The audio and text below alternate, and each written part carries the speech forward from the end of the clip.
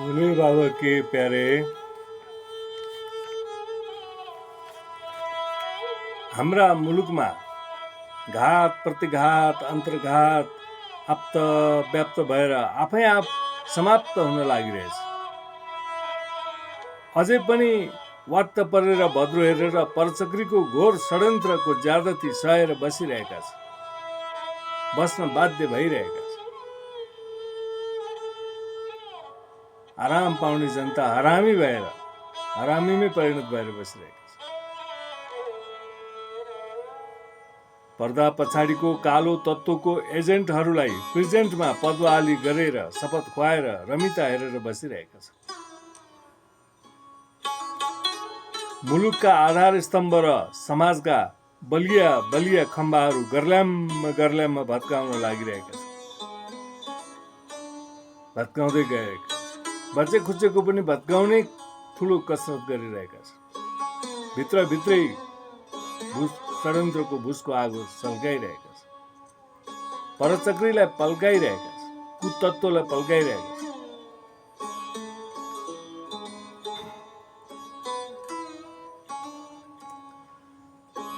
चित्तमा घोर राप ताप श्राप पालेर आफ्नो परिचय, मौलिकता र संस्कृति भत्काइरहेका छन्।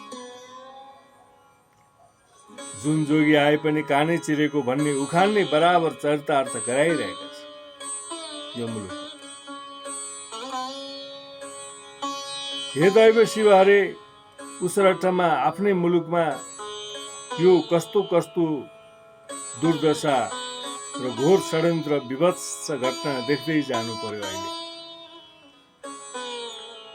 घोर अमानवीयता, कुकृत्य, कुरीति, कुप्रथा, ज्यादती र अत्याचार बराबर घटाउँदै गइरहेछन् जहिले। यी भित्रैबाट मरिसकेकाहरूलाई त नजिकै छ ठेला, सामनेमै भेट्टाउने छन् दैले। आफ्नो मुलुक एक धर्म सहिष्णु जनतन्त्रात्मक स्वतन्त्र अखण्ड अधिराज्य हो भनेर अठोट गर्दछन् यिनले कहिले।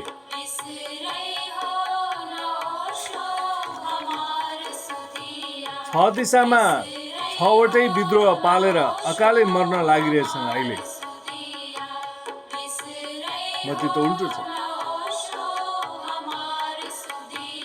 अतिवाद र आत्मघात अति मन पर्छ यिनलाई, अपहत्या नै गर्न लागिरहेछन् जहिले।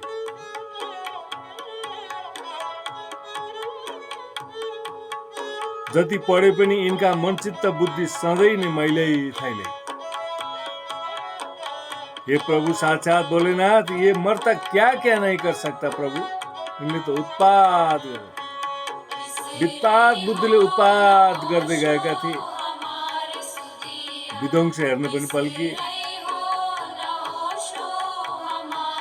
विभत्स दृश्य हेर्न पनि अब पल्किरहेका छन्। अर्काका मतिमै सल्किरहेका छन्। यी सुध्रिन्छ, यी त सिद्धिन्छ। घोर अनर्थ, ज्यादती र अत्याचारमै उत्रिरहेछन् प्रभु। समझ आउँदैन अब यिनका कहिले।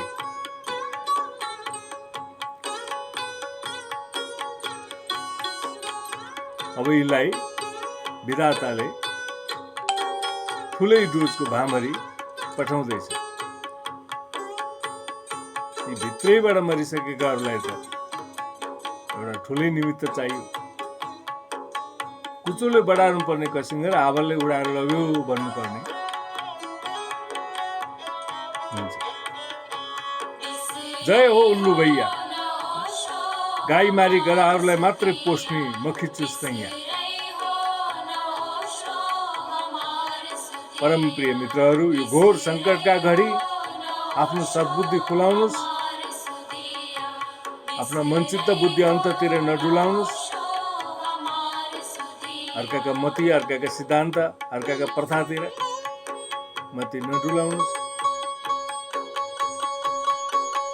आफ्नो मुलुक सखल्ल रहे तपाईँको कलिलो भावनाको संरक्षण हुन्छ, र तपाईँको कलिलो भावनाको पोषण हुन्छ।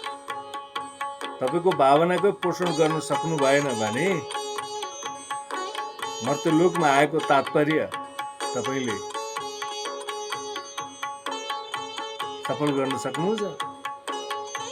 मर्त्यलोकमा आउनुको मूल तात्पर्य के हो? पत्तो छ? पत्तो लिनु परेको छ? यिनलाई अकालै सिद्धिनु परेको छ। सबैमा सद्बुद्धि आओस्, यही गहिरो कामना छ। धन्यवाद।